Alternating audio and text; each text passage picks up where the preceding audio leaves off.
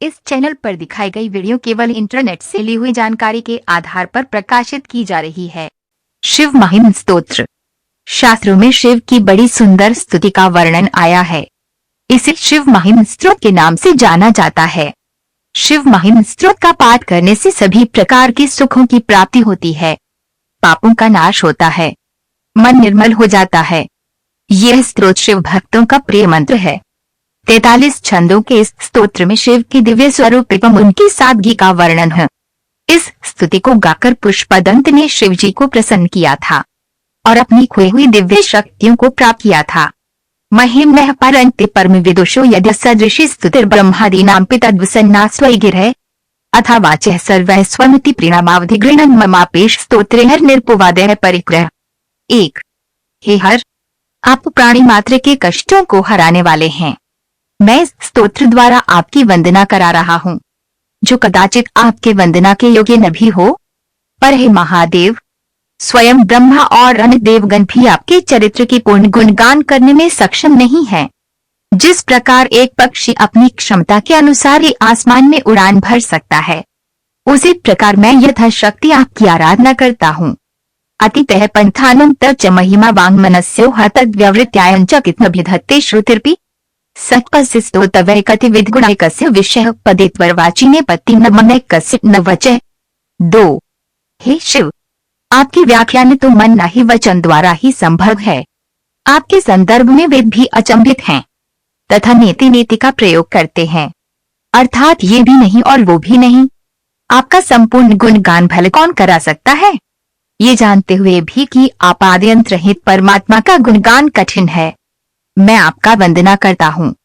मधुस्फीता वाचेह परममृतं निर्मितवतः तव ब्रह्मन् की वाक्पि सुरगुरुर्विस्मयब्दम् मन्त्विता वाणी गुण कथन पुणेन भक्तः पुनामीत्यर्थेस्मिन् पुरमथन बुद्धिर्व्यवसिता।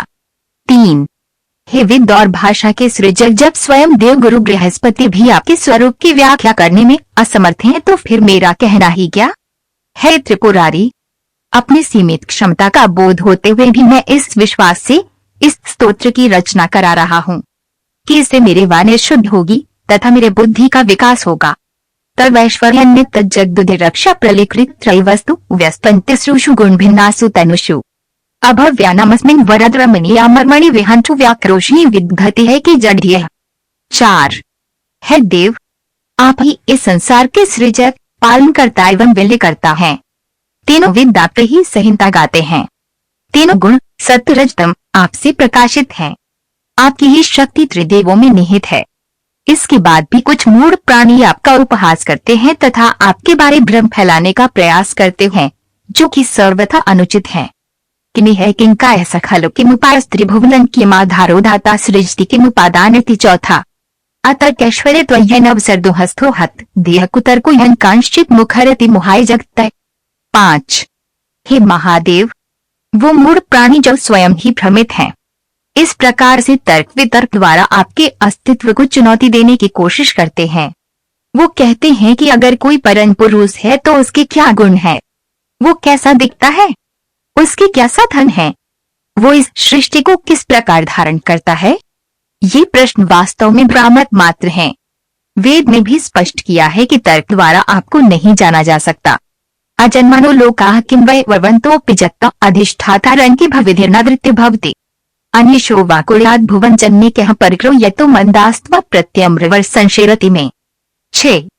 हे परमपिता, इस सृष्टि में 7 लोक, भूलोक, भुवलोक, स्वर्गलोक, सत्यलोक, महरलोक, जनलोक एवं तपलोक हैं। इनका सृजन भले सृजक यानी कि आपके बिना कैसे संभव हो सका। ये किस प्रकार से और किस साधन से निर्मित हुए, तात्पर्य है कि आप पर संशय का कोई तर्क भी नहीं हो सकता है। त्रय सांख्यान्योगाय पशु तिंपन वैष्णव मिति प्रभिन्ने प्रस्थाने पर मिदमद पथ्यमिति। 4। रुचिना व्याचित्याद्रिजुकुटिल नानाप्थ जोशान ऋणामेको गम्यस्त्वं से पैसमर्णव्यु। 7। विवद प्राणी सत्य तक पहुँचने के लिए विभिन्न वेद पद्धतियों का अनुसरण करते हैं, पर जिस प्रकार सभी नदी अंतर सागर में समाहित हो जाती है, ठीक उसी प्रकार हर मार्ग आप तक ही पहुंचता है।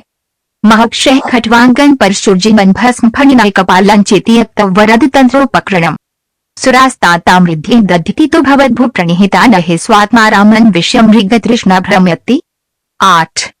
हे शिव, आपके भ्रिकुटी के इशारे मात्र से सभी देवगण ऐश्वर्य एवं संपदाओं का भोग करते हैं, पर आपके स्वयं के लिए सिर्फ बैल, नंदी, कपाल, बाघंबर, त्रिशूल, नागमाला एवं भस्म है। अगर कोई संशय करे कि अगर आप देवों के असीम ऐश्वर्य के स्रोत हैं, तो आप स्वयं उन ऐश्वर्यों का भोग क्यों नहीं करते? तो इस प्रश्न का उत्तर सहज ही है। आप इच्छा रहित हो, स्वयं में ही स्थित रहते हो। ध्रुवन कश्चित सर्वम सकल में प्रस्तध्रुवमिदं परो द्रव्य द्रव्ये जगति गदति व्यस्तव्यशि समस्ते पेतस्मिन् पुरमथन तर्विस्मितिव स्तुवन जहरेमित वान खलु ननुदृष्टा मुखरता। 9। हे त्रिपुरहिंता, इस संसार के बारे में विभिन्न विचारकों के भिन्न भिन्न मत हैं। कोई इसे नित्य जानता है तो कोई इसे अनित्य समझता है, अन्य इसे नित्यानित्य बताते हैं। इन विभिन्न मतों के कारण मेरी बुद्धि भ्रमित होती है, पर मेरी भक्ति आप में और दृढ़ होती जा रही है। तब ऐश्वर्य परिचित याताव नीलमंडल स्कंध पुष्ट तत्व भक्ति श्रद्धा भर गुरु गृणत स्वयं तस्थे ताभ्या तब किम वृत्तिर्न फलति। 10। एक समय आपके पूर्ण स्वरूप का भेद जानने हेतु ब्रह्मा एवं विष्णु क्रमशः ऊपर एवं नीचे की दिशा में गए, पर उनके सारे प्रयास विफल हुए। जब उन्होंने भक्ति मार्ग अपनाया तभी आपको जान पाए। क्या आपकी भक्ति कभी विफल हो सकती है? अयत्नादा सादित्रे भुवनम वैरव्यतिक्रंदशासु यद्बाहुनुवृत रणकंडु परवशान शिव पद्म श्रेणी रचित सचरणाम भोरो बल स्थिराया स्वद्भक्तिस्त्रिपुरहर विस्फुर्जित मिदम। 11। हे त्रिपुरांतक, दशानन रावण किस प्रकार विश्व को शत्रु विहीन कर सका, उसके महाबाहु हरपल युद्ध के लिए व्यग्र रहे। हे प्रभु, रावण ने भक्तिवश अपने ही शीश को काट काट कर आपके चरण कमलों में अर्पित कर दिया। ये उसी भक्ति का प्रभाव था। अमुष्य सेवा संदिग्ध सारंभुजमदन बलात् कैलासे पित्वद्धिवसतो विक्रम्यत अलभ्या पाताले पल सचलितांगुष्ठ शिरसि प्रतिष्ठा त्वयासीत ध्रुव मुक्चितो मुह्यति खलाय। 12। हे शिव, एक समय उसी रावण ने मद में चोर आपके कैलाश को उठाने की धृष्टता करने की भूल की। हे महादेव, आपने अपने सहज पांव के अंगूठे मात्र से उसे दबा दिया। फिर क्या था, रावण कष्ट में रुदन करा उठा। वेदना ने पटरलोक में भी उसका पीछा नहीं छोड़ा। अंततः आपकी शरणागति के बाद ही वे मुक्त हो सका। यद्रिदि सूत्रामनो वरत परमो चौड़पि सती अधर चक्री बनाय परिजन विधेय त्रिभुवन न तच्चित्रं तस्मिन् वरिवसित्रित्वचरण्योः न कस्याप्युन्नत अभवति शीर्षस्त्वय्यवन्त्य। 13। हे शंभो, आपकी कृपा मात्र से ही बाणासुर दानव इंद्रादि देवों से भी अधिक ऐश्वर्यशाली बन सका तथा तीनों लोकों पर राज्य किया। हे ईश्वर, आपकी भक्ति से क्या कुछ संभव नहीं है। अकांड ब्रह्मांड क्षयचकित देवासुर कृपा विधेय स्त्रियन विशन सनाहरित्वतः सकलमाशय कंठेक्ल न कुरुते न श्रियम हो विकारो पिश्लाघ्यो भुवन भय भंग व्यस्मिनाय। 14। देवताओं एवं असुरों ने अमृत प्राप्ति हेतु समुद्र मंथन किया। समुद्र से अनेक मूल्यवान वस्तुएं प्राप्त हुई जो देव तथा दानवों ने आपस में बांट लिया। पर जब समुद्र से अत्यधिक भयावह कालकूट विष प्रकट हुआ तो असमय ही सृष्टि समाप्त होने का भय उत्पन्न हो गया और सभी भयभीत हो गए। हे हर, तब आपने संसार रक्षार्थ विष पान कर लिया। वह विष आपके कंठ में निष्क्रिय होकर पड़ा है। विष के प्रभाव से आपका कंठ नीला पड़ गया। हे नीलकंठ, आश्चर्य है कि ये विकृति भी आपकी शोभा ही बढ़ाती है। कल्याण का कार्य सुंदर ही होता है। असिद्धार्थानवचिदिति देवासुरनरे निवर्तन्ते नित्यं जगति जैनो यस्य विशिखाः सपश्यन्नीश त्वामित्र सुसाधारण मुभूत स्मरः स्मर्तव्यात्मा नहि वृषेषु पथः परिभवः। 15। हे प्रभु, कामदेव के वार से कभी कोई भी नहीं बच सका, चाहे वो मनुष्य हो या देव या दानव हो। पर जब कामदेव ने आपकी शक्ति समझे बिना आपकी ओर अपने पुष्प बाण को साधा तो आपने उसे तत्क्षण ही भस्म कर दिया। श्रेष्ठ जानों की अपमान का परिणाम हितकर नहीं होता। महिपादाघाताद् व्रजति सहसा संचयपन पदन विष्णु ब्राह्म्यद्भुज परिग्रुग्ण ग्रहगणम मुहुर्द्योर्दौस्थ्यं यात्य निवृत्त जटा ताड़ित तटा जगद रक्षा अत्वं नट सिंह ननुवामय विभूता। 16। हे नटराज, जब संसार कल्याण के हित के हेतु आप तांडव करने लगते हैं तो आपके पांव के नीचे धारा कंप उठती हैं। आपके हाथों की परिधि से टकराकर ग्रह नक्षत्र भयभीत होते हैं। विष्णु लोक भी हिल जाता है। आपके जट्टा के स्पर्श मात्र से स्वर्गलोक व्याकुल हो उठता है। हे महादेव, आश्चर्य है कि अनेकों बार कल्याणकारी कार्य भी भय उत्पन्न करते हैं। वेदव्यापी तारागण गुणित फेनोद्गम रुचि प्रवाहो वाराय पृष्ठल घुदिष्ट शीर्षिते जगद्वीपाकारं जल दिवलयन तेन कृतमिति अन्य वो नियंत्रित महिम दिव्यं तव वपुः। 17। आकाश गंगा से निकलती तारागणों के बीच से गुजरती गंगा जल अपनी धारा से धरती पर टापू तथा अपने वेग से चक्रवात उत्पन्न करती है। पर ये उफान से परिपूर्ण गंगा आपके मस्तक पर एक बूंद के समान ही दृष्टिगोचर होती है। ये आपके दिव्य स्वरूप का ही परिचायक है।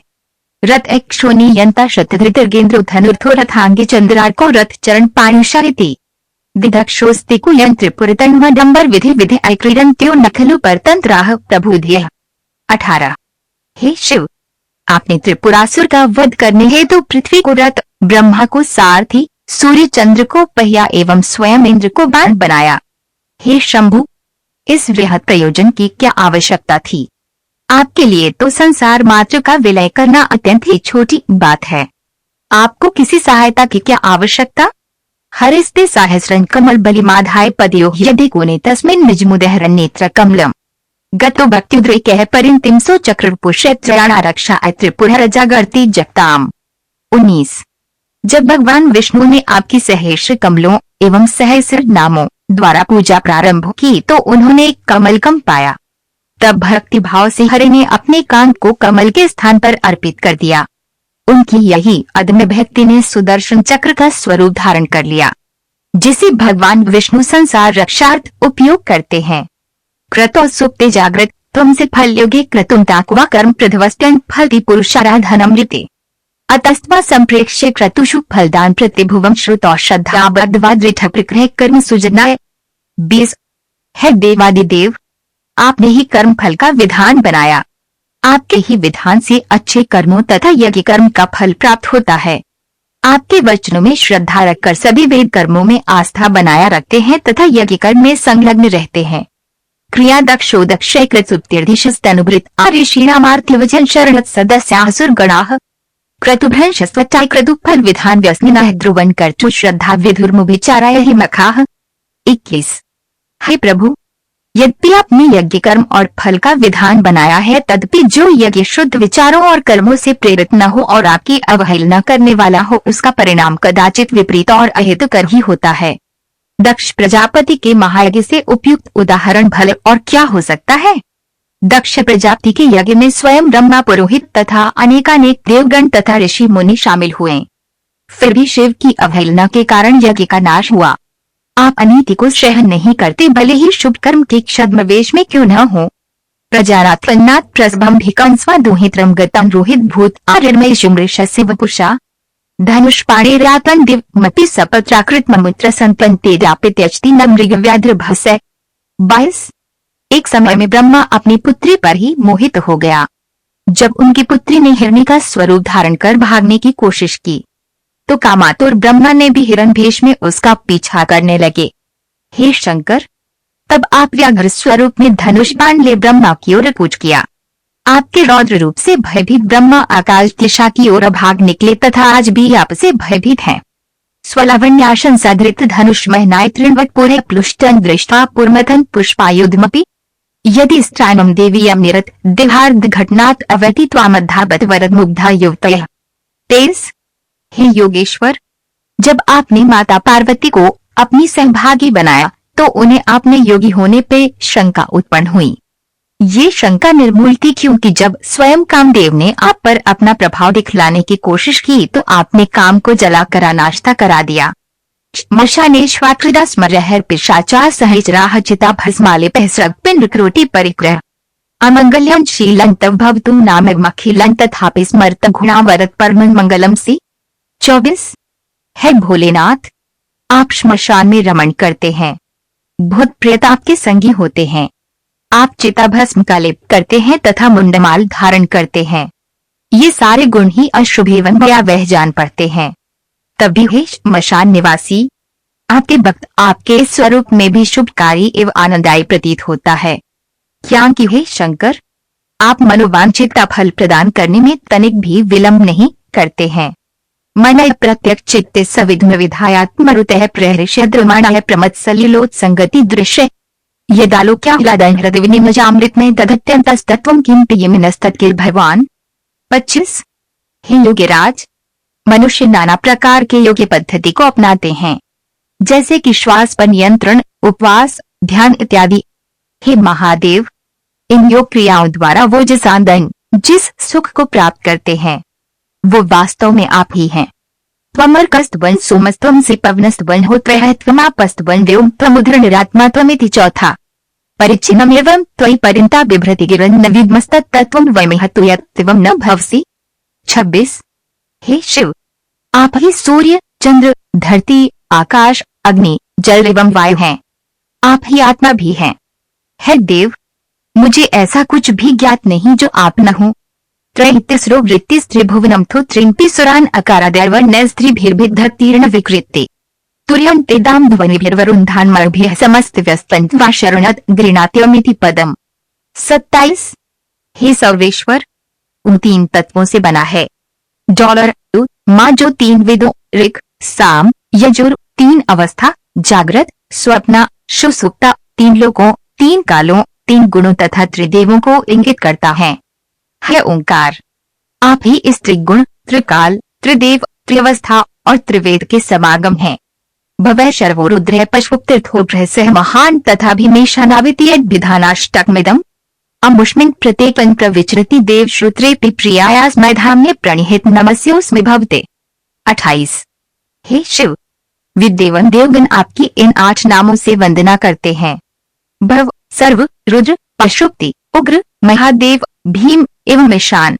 हे शंभु, मैं भी आपकी इन नामों से स्तुति करता हूँ।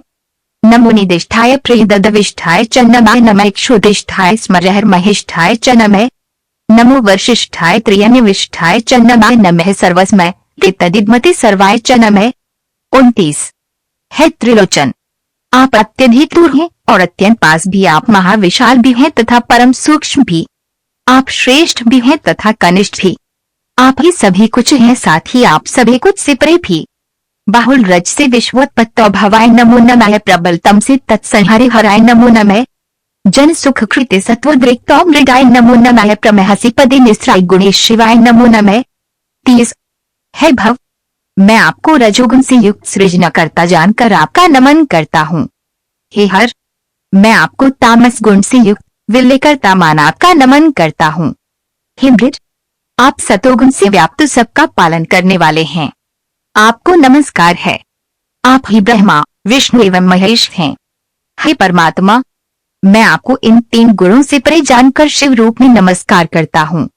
शपरिंति चितः क्लेशवशं क्वचिदं क्वच तव गुण सीमोल्लंघिनी शश्वदृद्धि इति चकित मंद्य कृतिमा भक्तिराधाद वरद चरणयोस्ते वाक्य पुष्पोपहरम। 31। हे शिव, आप गुणातीत हैं और आपका विस्तार नित बढ़ता ही जाता है। अपनी सीमित क्षमता से मैं कैसे आपकी वंदना कर सकता हूँ, पर भक्ति से ये दूरी मिट जाती है तथा मैं आपके कर कमलों में अपनी स्तुति प्रस्तुत करता हूँ। असित गिरि सम्मन स्यात् कज्जलन सिंधु पात्रे सुर तरुवर्षा खालेखनी पत्र मुर्वी लिखती यदि गृहीत्वा शारदा सर्वकालं तद पितलव गुणानामीश पारण्य याति। 32। यदि कोई गिरि, पर्वत को सयाही, सिंधु को दवात, देव उद्यान के किसी विशाल वृक्ष को लेखनी एवं छाल को पत्र की तरह उपयोग में लाएं तथा स्वयं ज्ञान स्वरूपा मां सरस्वती अनंत काल आपके गुणों की व्याख्या में संलग्न रहें, तो भी आपके गुणों की व्याख्या संभव नहीं है। असुर सुर मुनीन्द्र अर्चित सिंधु मौलेह ग्रथित गुणम हिमो निर्गुण से ईश्वरस्य सकल गण वरिष्ठ पुष्पदंता विधाना रुचिर्मलवृत्त स्तोत्रमित चकार। 33। इस स्तोत्र की रचना पुष्पदंत गंधर्व ने उन चंद्रमूलेश्वर शिव जी के गुणगान के लिए की है जो गुणातीत हैं। अहरणवद्यं धूर्जटे स्तोत्र में तत्पत्ति परम भक्त्या शुद्ध चित्तः पुमानीय संभवती शिवलोकी रुद्रतुल्यस्तत्र प्रचुरतर धनायो पुत्रवान कीर्तिमांश्च। 34।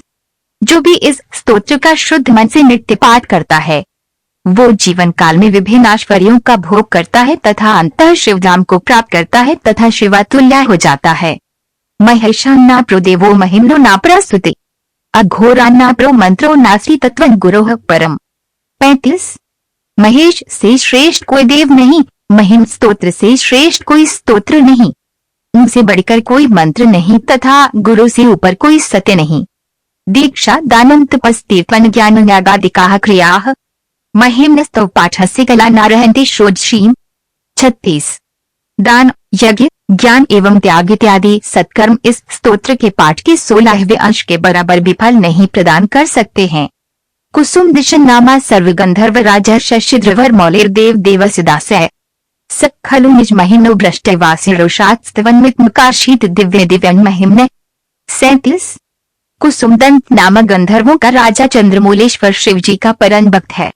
अपने अपराध कुश की चोरी के कारण वो अपने दिव्य स्वरूप से वंचित हो गया। तब उसने इस स्तोत्र की रचना करा शिव को प्रसन्न किया तथा अपने दिव्य स्वरूप को पुनः प्राप्त किया। सुरगुरुम्भे पूज स्वर्ग मोक्ष हेतु पठति यदि मनुष्य प्राजलिर्नाय चेताः व्रजति शिव समीपं किन्नरस्तुयमानस्तवन्मित नमोगं पुष्पदंत प्रणीतम। 38। जो इस स्तोत्र का पठन करता है वो शिवलोक पाता है तथा ऋषि मुनियों द्वारा भी पूजित हो जाता है। आस्माप्तमिदं स्तोत्रं पुण्यं गंधर्व भाषितम अनौपम्यं मनोहारि सौम्येश्वर वर्णनम। 39। पुष्पदंत रचित ये स्तोत्र दोषरहित है तथा इसका नित्य पाठ करने से परम सुख की प्राप्ति होती है। इतेश पूजा श्रीमच्छंकर पाद्यो अर्पिता तेन देवेशः प्रियता में सदाशिव।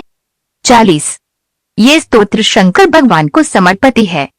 प्रभु हमसे प्रसन्न हो तब तत्व न जानामि की दृश्यों से महेश्वर या दृश्यों से महादेव तादृशाय नमो नमः। 41। हे शिव, मैं आपके वास्तविक स्वरूप को नहीं जानता हूँ। हे शिव, आपके उस वास्तविक स्वरूप जिसे मैं नहीं जान सकता हूँ उसको नमस्कार है। एकालं विकालं वा त्रिकालं पठ्य नरः सर्व पाप विनिर्मुक्त शिव लोके मह्यते। 42। जो इस स्तोत्र का दिन में 1, 2 या 3 बार पाठ करता है वो पाप मुक्त हो जाता है तथा शिवलोक को प्राप्त करता है। श्री पुष्पदंत मुख पंकज निर्गतेन स्तोत्रेण किल्बिषहरेण हरप्रियन कंठस्थितेन पठितेन समाहितेन सुप्रणीतो भवति भूतपतिर्महेश। 43। पुष्पदंत द्वारा रचित ये स्तोत्र शिव जी अत्यंत प्रिय है। इसका पाठ करने वाला अपने संचित पापों से मुक्ति पाता है।